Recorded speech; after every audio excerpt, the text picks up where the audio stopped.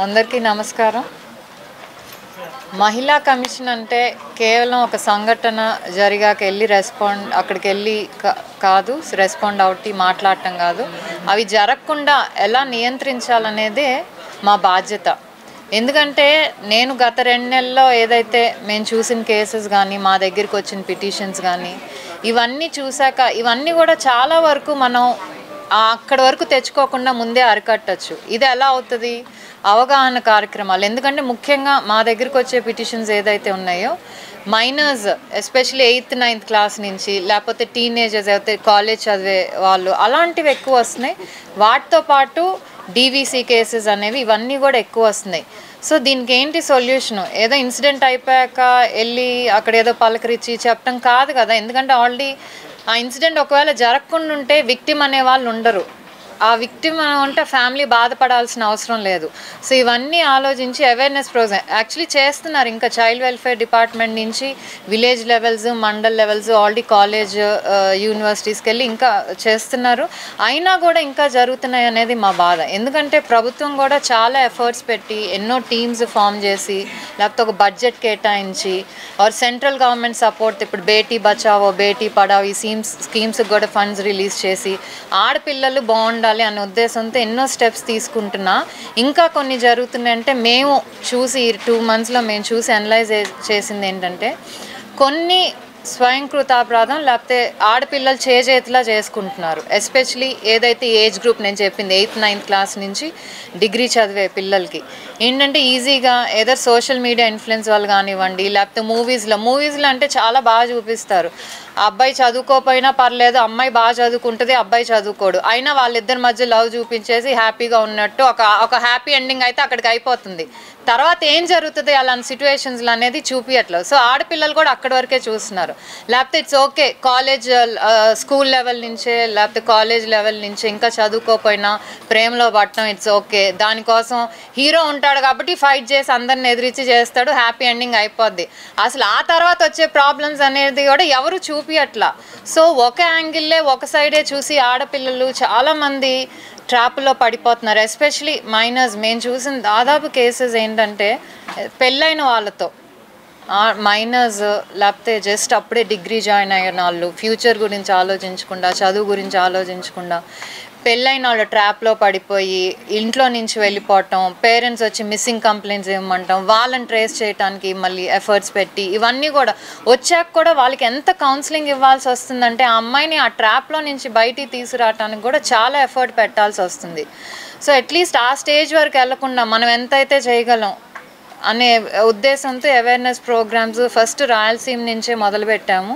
ఎందుకంటే కొంచెం ఇక్కడ ఈ చైల్డ్ మ్యారేజెస్ కూడా ఒకటి ఎక్కువగా జరుగుతుంది. అంటే ట్రైబల్ ఏరియాస్ అయి ఉండొచ్చు, లేకపోతే బార్డర్ ఇంకో స్టేట్తో బార్డర్ కలిపి ఉన్నాయి కాబట్టి కొంతమంది ఇక్కడ భయపడిపోయి పక్క రాష్ట్రానికి వెళ్ళి చేసుకొని రావటం. సో వీటన్నిటి కూడా అరకట్టి ఎక్కడి వరకు అరకట్టగలం అనేది ఉద్దేశంతో కూడా ఈ ప్రోగ్రామ్స్ చేయటం జరుగుతుంది.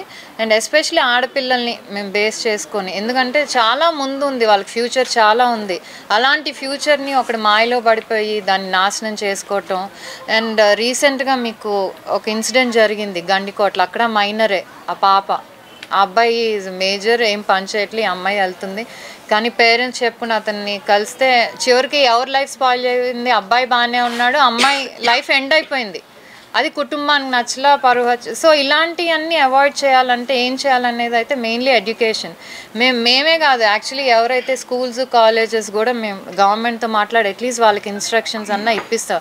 It should be mandatory. మనకి చదువు ఎంత ఇంపార్టెంటో, మార్క్స్ ఎంత ఇంపార్టెంటో, ఆడపిల్లలు చదువుకొని బయటికి వెళ్తే ఎంత సేఫ్గా ఉండాలి అనేది కూడా అంతే ఇంపార్టెంట్. సో అవేర్నెస్ ప్రోగ్రామ్స్ ప్రతి స్కూల్స్, కాలేజెస్ లెవెల్ నుంచే తీసుకుంటే చాలా వరకు కూడా ఇవి అరికట్టచ్చు. ఎందుకంటే ఈ ఏజ్లో పేరెంట్స్ చెప్తే ఎవరికి నచ్చదు, వాళ్ళు మంచి చెప్తారు కాబట్టి నచ్చదు. కానీ ఇంకొకటి వచ్చి తీయగా మాట్లాడి ఇదో నేను ఇంత బాగా చేసుకున్నా, 4 గిఫ్ట్స్ కొనిపెడితే ఆ ట్రాప్లో పడిపోయి లైఫ్ స్పాయిల్ చేసుకుంటున్నారు. సో ఆ ఉద్దేశంతో అవేర్నెస్ ప్రోగ్రామ్స్ చేయటం జరుగుతుంది. అండ్ ఇంకోటి మేము చూసేది డీవీసీ, డొమెస్టిక్ వైలెన్స్ కేసెస్. వీటిల్లో కూడా వచ్చే కూడా వెరీ అన్ఫార్చునేట్. చదువుకున్న వాళ్ళు ఉంటున్నారండి, డాక్టర్స్ ఉంటున్నారు, సాఫ్ట్వేర్ ఇంజనీర్స్ ఉంటున్నారు, బ్యాంక్ ఎంప్లాయీస్ ఉంటున్నారు, గవర్నమెంట్ ఎంప్లాయీస్ ఉంటున్నారు. చాలా దురదృష్టకరం. చదువుకొని కూడా కొన్నిసార్లు ప్రేమ పేరుతో కానివ్వండి, లేకపోతే వీళ్ళు కూడా కొంతమంది పెళ్ళైన వాడినే నమ్ముకొని లైఫ్ స్పాయిల్ చేసుకుంటున్నారు. మళ్ళీ వచ్చి పోలీసుల చుట్టూ కమిషన్ చుట్టూ తిరగాల్సిన అవసరం పడుతుంది. సో ఇవన్నీ కూడా వీటికి ఏంటంటే ఒక సొల్యూషన్ నేషనల్ విమెన్ కమిషన్ ఏదైతే ఉందో ప్రీ మ్యారిటల్ కౌన్సిలింగ్ ఒకటి స్ట్రిక్ట్గా ఇంప్లిమెంట్ చేయాలని ఈ ఇయర్ ఇనిషియేటివ్గా తీసుకొని ప్రతి స్టేట్ విమెన్ కమిషన్ కూడా లెటర్ పెట్టింది. సో దాన్ని అట్లీస్ట్ సీరియస్గా ఇంప్లిమెంట్ చేయాలనే ఉద్దేశంతో మేము ఉన్నాము.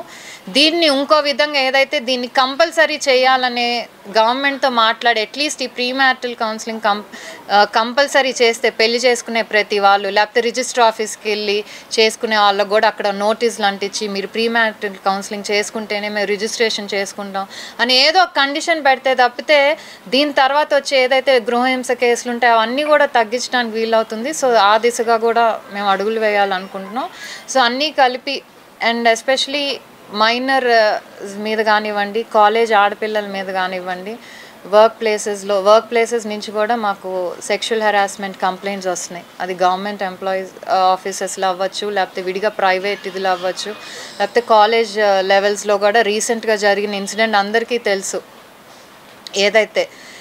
సో దాన్ని అరికట్టడానికి ఇంటర్నల్ కంప్లైంట్ కమిటీస్ అనేది చాలా ఇంపార్టెంట్. అది మ్యాండేటరీ కూడా. ఎవరైనా సరే గవర్నమెంట్ ఆఫీస్ అయినా సరే, ప్రైవేట్ అయినా సరే, గవర్నమెంట్ కాలేజ్ అయినా సరే, లేకపోతే ప్రైవేట్ కాలేజ్ అయినా సరే మ్యాండేటరీగా ఇవి ఇంప్లిమెంట్ చేయాల్సిందే. అది ఇంకొంచెం అట్లీస్ట్ స్ట్రిక్ట్గా ఇంప్లిమెంట్ చేస్తే, కొన్ని చోట్ల ఏంటంటే ఇంప్లిమెంట్ చేస్తున్నారు, పేరుకు మాకు కమిటీ ఉందని చెప్తున్నారు, కానీ అవి ఎక్కడ ఎలాగైతే యాంటీ ర్యాగింగ్ ప్రతి చోట డిస్ప్లే చేయాలని రూల్ ఉందో ఇవి కూడా ఐసీసీ కమిటీస్ ప్రతి చోట డిస్ప్లే చేసి ఎక్కడైతే మూమెంట్ ఎక్కువ ఉంటుందో కాలేజ్ పిల్లలు కానీ వర్క్ చేసే వాళ్ళు ఎక్కడ మూమెంట్ ఎక్కువ ఉంటుందో అక్కడ పెట్టి ఇండక్షన్ ప్రోగ్రామ్ అనేది అకాడమిక్ ఇయర్ స్టార్ట్ అయినప్పుడు మేము నిన్న చెప్పాం కాలేజ్లో ప్రతి ఒక్కరు మా కమిటీ ఉందని చూపిస్తున్నారు, కానీ ఆ కమిటీ ఏంటనేది స్టూడెంట్స్ అని అడిగితే చాలా మందికి తెలియట్లేదు ఎందుకు ఆ కమిటీ ఉందనేది. సో ఎలా అయితే న్యూ అడ్మిషన్స్ ఎవ్రీ ఇయర్ ఉంటారు కాబట్టి ఎవరైతే వాళ్ళందరూ ఉంటారో వాళ్ళందరిని ఒకేసారి గ్యాదర్ చేసి మీకు మళ్ళీ ఇంకోసారి చేయాల్సిన అవసరం ఉండదు. ఏదైతే అకాడమిక్ ఇయర్ స్టార్ట్ అవుతుందో అప్పుడే ప్రతి న్యూ అడ్మిషన్ కూడా అందరిని ఒకేసారి కూర్చోబెట్టి హోల్ కాలేజ్ అందరిని ఒకసారి కూర్చోబెట్టి I'll just take half an hour. దానివల్ల చదువులేం పాడైపోవు, ఇంకా అట్లీస్ట్ వాళ్ళు ఫ్యూచర్ కూడా బాగుంటుందనే ఉద్దేశంతో ప్రతి కాలేజు ప్రతి స్కూల్ కూడా అలా ఆలోచించి ఈ కమిటీస్ గురించి అవేర్నెస్ ఇవ్వాలి.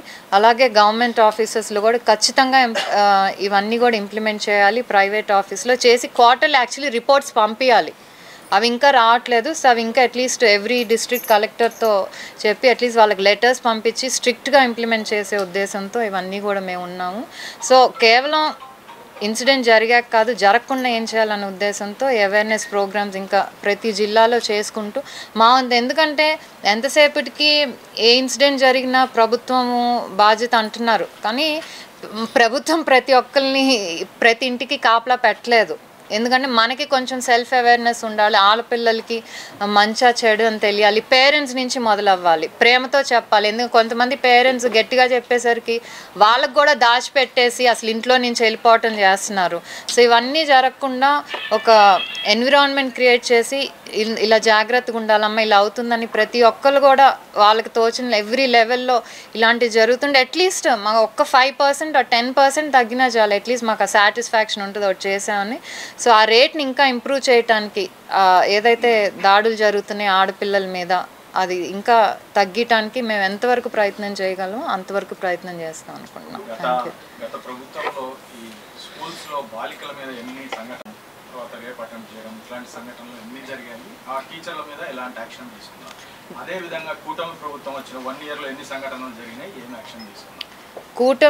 గత ప్రభుత్వం నాకు ఐడియా లేదండి, టు బీ ఫ్రాంక్. డెఫినెట్లీ మా నోటీస్కి వస్తే అట్లీస్ట్ నేను ఛార్జ్ తీసుకున్న దగ్గర నుంచి చెప్తున్నాను.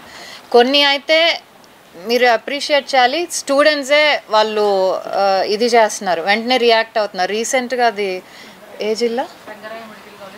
రంగరాయ్ కాదు, రీసెంట్గా పల్నాడు జిల్లా ఆర్ సమ్వేర్ ఆ జిల్లాలో వార్డెన్ ఎవరైతే ఉంటారో లేడీ, షీజ్ అ లేడీ, అక్కడున్న స్టూడెంట్స్ ఎవరైతే ఉంటున్నారో ఇన్మేట్స్కి పల్నాడు జిల్లాలో ఈ పోర్నోగ్రఫిక్ వీడియోస్ చూపించడం, ఆడపిల్లల్ని బలవంతంగా వాళ్ళకి చూపించడం, లేకపోతే నైట్ టైం బయట వాళ్ళని మగవాళ్ళని తీసుకొని రావటం, అంటే ఆడపిల్లలు కూడా అవేర్నెస్ ఉంది కొన్నిసార్లు చెప్తున్నాను.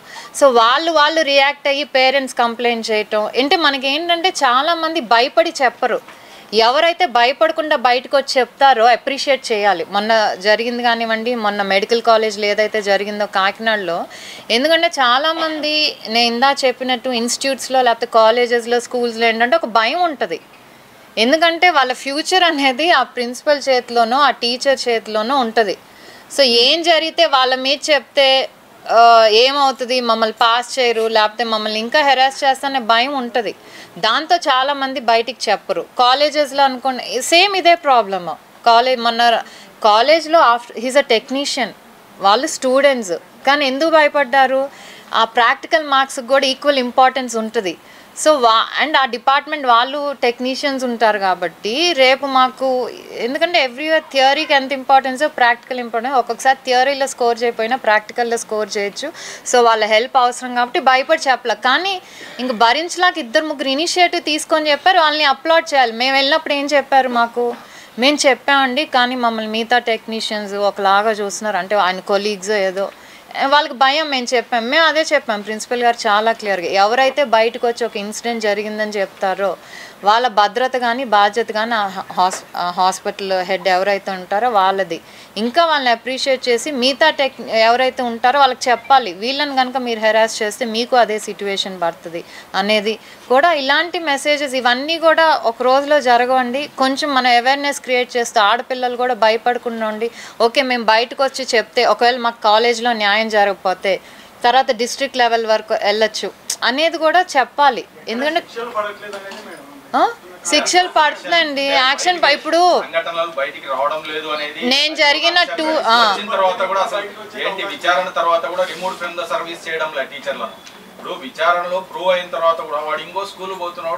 మేము అదే మొన్న అందుకే చాలా క్లియర్గా, ఏదైతే మెడికల్ కాలేజ్లో ఇన్సిడెంట్ జరిగితే మేము చాలా క్లియర్గా చెప్పాం. వాళ్ళు ఏమన్నారు, కొన్ని సర్వీస్ రూల్స్ ఏవైతే మరి ఈజ్ అ రెగ్యులర్ ఎంప్లాయీ కుదరదు అంటే సస్పెండ్ చేశారు. కానీ సస్పెండ్ చేసి మళ్ళీ వస్తే ఉపయోగం ఏముంటుంది, ఉండదు కదా. సో అది మార్చాలి, he should be totally terminate చేసేయాలి. మేము అది కూడా చెప్పాం. అదేంటంటే గవర్నమెంట్ హై లెవెల్ నుంచి తీసుకొని కొన్ని కనుక ఇలాగ స్ట్రిక్ట్గా చేస్తే, ఇప్పుడు మేము ఇవన్నీ ఇప్పుడే చూస్తున్నాం కాబట్టి మేము కూడా మా రికమెండేషన్ రాసి సర్వీస్ రూల్స్ అవన్నీ కాదండి, ఇప్పుడు శిక్ష కనుక పడిపోతే రేపు ఇంకొకరి మీద చేయడం ఏమన్నా ఉందా, చేస్తారు. ఎందుకంటే భయం అనేది ఉండదు. అట్లీస్ట్ ఓకే ఇంకో ఉద్యోగం నుంచి తీసేస్తే అక్కడితో అతని లైఫ్ అయిపోయింది, నెక్స్ట్ ఇంకొకడు చేయాలన్న ఆలోచిస్తాడు.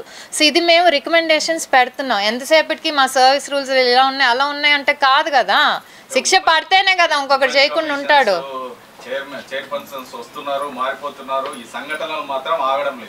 ఆటలే అందుకే కదండి ఇప్పుడు ఎవరు వస్తున్నారు వెళ్తున్నారు తెలుసు. అట్లీస్ట్ మేము ఉన్నంతకాలం ఎందుకంటే ఆడపిల్లలు మాకు అమ్మాయిలు ఉన్నారు, వాళ్ళకి ఈ సిచ్యువేషన్ రాకూడదని ప్రతి ఒక్కరు ఆలోచిస్తాం. నిజంగా మాకు వచ్చే పిటిషన్స్ చూస్తే ఒకసారి వీళ్ళు హెల్ప్లెస్, ఏంటి ఇవి చేతిలా చేసుకుంటున్నారు లేకపోతే ఎందుకు బయటపడి రావట్లేదు, దీన్ని ఇంకొంచెం స్ట్రిక్ట్గా చేయాలి అనే ఉద్దేశం మేము ఉంటాం.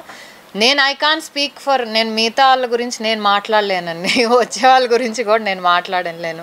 అట్లీస్ట్ నా వరకు నేనుంత వరకు నా సాయశక్తిలో వాట్ ఐ కెన్ డూ, మళ్ళీ జరగకూడదు. Definitely I make that effort, ఎందుకంటే it's a good thing. At least ఇంకొకళ్ళు మీద జరగదు.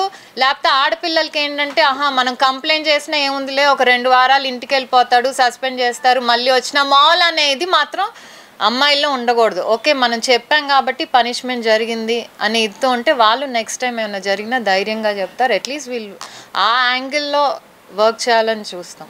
రాష్ట్ర వ్యాప్తంగా భర్తలను హత్య చేయించే భార్యల సంఘటనలు వరుస పెట్టాయి. అసలు దీని మీద ఏమన్నా స్టడీ చేయించాలి. నిన్న చూసాం 2 రోజుల క్రితం యూపీలో. అవునండి మేము విన్నాం, మేఘాలయ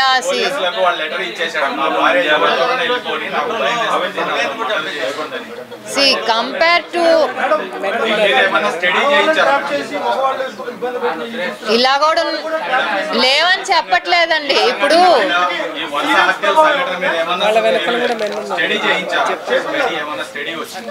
ఇప్పుడు మీరు అలా అంటున్నారు, ఈ క్వశ్చన్ అడిగారుగా చెప్పనివ్వండి. మూవీస్ సీరియల్ అన్నీ అండి అదే అంటున్నా. అంటే యాక్సెస్ ఎంతగా వచ్చేసిందంటే సీరియల్స్లో every lady is a villain, అవునా? సో అది రియల్ లైఫ్లో ఇప్పుడు నేను చెప్తున్నా, మీరు అడుగుతున్నారు, ఇట్స్ అ గుడ్ క్వశ్చన్, నేను అడుగుతున్నాను. But at the same time compare to what ఏదైతే అట్రాసిటీస్ విమెన్ మీద జరుగుతుందో తక్కువ, బట్ అది కరెక్ట్ అని నేను అనట్లేదు, విచ్ ఇస్ వెరీ రాంగ్. ఏదన్నా అమ్మాయి అయినా అబ్బాయి అయినా మొగాడైనా ఆడవాళ్ళైనా మ్యూచువల్ రెస్పెక్ట్ అనేది ఉండాలి. ఇప్పుడు మీరు అంటున్నారు ఆడవాళ్ళు చేపిస్తున్నారు కదా అని, ఆ చేపించే ఆడవాళ్ళనికి ఒక మొగాడు ఉన్నారా? అన్ఫార్చునేట్ ఉన్నారు, చెప్తున్నా. ఇప్పుడు మేఘాలయ ఇన్సిడెంట్ వెరీ అన్ఫార్చునేట్. అదే అంటున్నా, ఇష్టం లేకపోతే ఇష్టం లేదని చెప్పే ధైర్యం ఉండాలి. కానీ ఇంకొక లైఫ్ స్పాయిల్ చేసే అధికారం అది అబ్బాయి అయినా అవనివ్వండి, ఎవరైనా ఆడవాళ్ళకి కూడా లేదు. డెఫినెట్లీ ఉంటుంది. పిల్లలు ఎవరైతే తల్లి జైలుకు పోతుందో హత్య చేయించే భర్తను పిల్లలు క్రిమినల్స్ గా మారుతారు. ఇది లాంగ్ రన్ లో చాలా నష్టం ఉంటుందండి. మేమేం అది డినై చేయట్లా అంటున్నా. ఈక్వల్ గా ఆడవాళ్ళ మీద జరిగినా మగవాళ్ళ మీద జరిగినా అది that is what is happening అండి. దాని గురించి స్టడీ అంటే ఇప్పుడు వరకు అయితే ఆంధ్రాలో మనకు అట్లీస్ట్ మన స్టేట్లో జరిగింది అట్లీస్ట్ నాలెడ్జ్కి వచ్చినాయి చాలా తక్కువ. మన పక్క స్టేట్స్లో చూస్తున్నాము. Very unfortunate. మేఘాలయ ఇన్సిడెంట్ చాలా బ్యాడ్ ఏదైతే జరిగిందో. సో ఎందుకంటే ఇప్పుడు మనకు కొంచెం రీప్రజెంటేటివ్స్ కూడా ఎవరైతే పబ్లిక్ రీప్రజెంటేషన్ ఉన్నారో కొంచెం అలానే చేస్తున్నారు. ఒక కల్చర్ అనేది మొదలైపోయింది. ఏంటంటే ఎగ్జాంపుల్స్ ఏదైనా మంచి ఎగ్జాంపుల్స్ ఇవ్వాలండి. ఏదైతే ఆడవాళ్ళని పబ్లిక్గా డిమీన్ చేయటం, క్యారెక్టర్ అసాసినేషన్ చేయటం అనేది చాలా కామన్ అయిపోయింది. అది స్టార్ట్ అయింది, ఇంకా కంటిన్యూ అవుతుంది. ఇది రేపు ఎవరు చూస్తున్నారని మీరు ఎలా అన్నారు? లాంగ్ టర్మ్లో ఇబ్బందులు ఉంటాయని. మరి అన్నీ చూసేవాళ్ళు ఎవరండి? ఇది చూసి ప్రతి ఒక్కళ్ళు రేపు నేను ఇలా మాట్లాడితే తప్పులేదని ఎగ్జాంపుల్గానే తీసుకుంటారు. సో ఇవన్నీ కూడా కాకపోతే ఈ సోషల్ మీడియాలో సైబర్ క్రైమ్స్ వచ్చేసరికి ఏమవుతుందంటే అల్టిమేట్లీ ఆ ఏదైతే యాప్ ఉందో అక్కడ వరకు వెళ్తే కానీ ఆ పైన కంట్రోల్ చేయటానికి అనేది ఉండట్లేదు. సో దాని మీద అట్లీస్ట్ గవర్నమెంట్ సంబంధించిన వాళ్ళతో మాట్లాడి ఇలాంటివి ఏవైతే ఉంటున్నాయి అట్లీస్ట్ ఇమీడియట్గా వాళ్ళ మీద యాక్షన్ తీసుకోవటానికి ఇదైతే ఉండాలి అనేది. సో అది అమ్మాయి మీద జరిగినవండి అబ్బాయి మీద జరిగినవండి, ప్రాణమే. ఒక ఫ్యామిలీ ఎఫెక్ట్ అవుతుంది, అది జరగకూడదు. ఆయన చెవిలో చెప్పినట్టున్నారు ఏదో ఆడమని. భార్య బాధితుల సంఘం అనే పెట్టాలి, మాకు ప్రొటెక్షన్ కల్పించాలని కొంతమంది తయారయ్యారు. మీరు ఏమంటారు మేడం? పెన్షన్ కూడా విడో పెన్షన్ ఎట్లా ఇస్తున్నారో if they feel really needed అంటే పెట్టుకోమనండి, తప్పేం లేదు. అదే చెప్తున్నా. ఎవ్రీవేర్ అబ్బాయి ఇన్వాల్వ్ అయినా అమ్మాయి ఇన్వాల్వ్ అయినా అమ్మాయి వెనక అబ్బాయి కూడా ఉంటున్నాడు. ఎందుకంటే ఇద్దరు ఉంటేనే కదా, హస్బెండ్ నచ్చట్లా కానీ ప్రియుడు ఉంటున్నాడు. సో ప్రియుడి ప్రోద్బలంతోనే జరుగుతుంది. ఐఎమ్ నాట్ సెయింగ్ అమ్మాయి తప్పనట్లేదు, కానీ అందరూ ఇన్వాల్వ్ అయి ఉన్నారు. సో దీనికి ఎక్కడ ఉండాలి? అది సెల్ఫ్ అవేర్నెస్ అంటూ ఉండాలండి. మనం ఇలా చేస్తే అంటే వాళ్ళు ఇక్కడి వరకు ఈ స్టేజ్ వరకే ఆలోచిస్తున్నారు, ఈ రోజు గురించి ఆలోచిస్తున్నారు.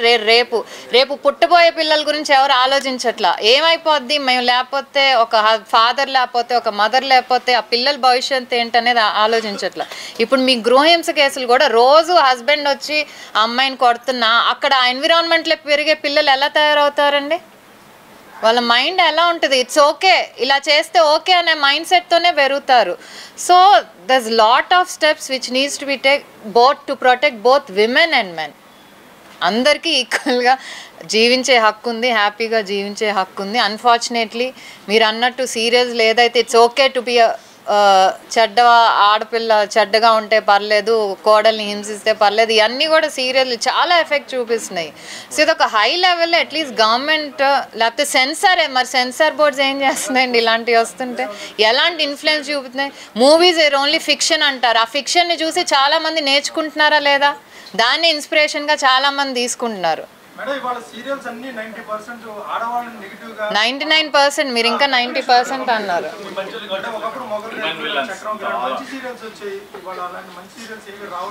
మీరందరు మీడియా కలిపి కూడా మరి ఏదైతే సీరియల్ హెడ్ బోర్డు ఉంటే రాయొచ్చు కదా. మేము ఇవన్నీ చూసినాక డెఫినెట్లీ వీలో అదే అంటున్నాం. ఇప్పుడు జరిగే వాటన్నిటి కూడా there is influence from social media or movies, serials. It is okay ఇలా చేస్తే అనే ఓకే మెసేజ్ వెళ్ళిపోతుంది జనంలోకి. సో ప్రతి ఒక్కరు కూడా చేతిలో ఇంకా 24 గంటలు అదే చూస్తుంటారు కాబట్టి పర్లేదు ఇలా చేస్తే ఏం ఉండదులే అనే ఉద్దేశంతో వెళ్ళిపోతున్నారు. సో ఇవన్నీ కూడా ఏంటంటే అదే చెప్తున్నాం, మనం ఎంతమంది ఎఫర్ట్ పెట్టినా ఎంతమంది పని చేస్తున్నా కూడా ఇన్సిడెంట్స్ ఇలా జరుగుతున్నాయి అనటానికి మనం వీఆర్ సెల్ఫ్, మనం కూడా కారణం. మనం ముందు వెనక ఆలోచించకుండా ఒక తప్పటడుగు వేయటం, ఒక డెసిషన్ తీసుకోవటం. సో ఇవన్నీ కూడా ఒక లెవెల్ నుంచి రావాలండి, ఇంట్లో చెప్తూ ఉండాలి. అండ్ ఎవరైతే ఆ సీరియస్లో యాక్ట్ చేస్తున్నారు దాన్ని ఎలాంటి ప్రభావం చూపుతుంది మేము ఇలా యాక్ట్ చేస్తాం అనేది కూడా ఆలోచించాలి. బట్ వాళ్ళు అంత దూరం ఆలోచించరు, ఎందుకంటే వాళ్ళు మాకు లైవ్లీహుడ్ అనుకుంటారు, మా క్యారెక్టర్స్ మేము వర్క్ చేయాలి కదా అలా అనుకుంటున్నారు. కానీ దాని ప్రభావం ఎంత ఉన్నది అనేది వాళ్ళకి నిజంగా తెలియట్లా. Should work on that.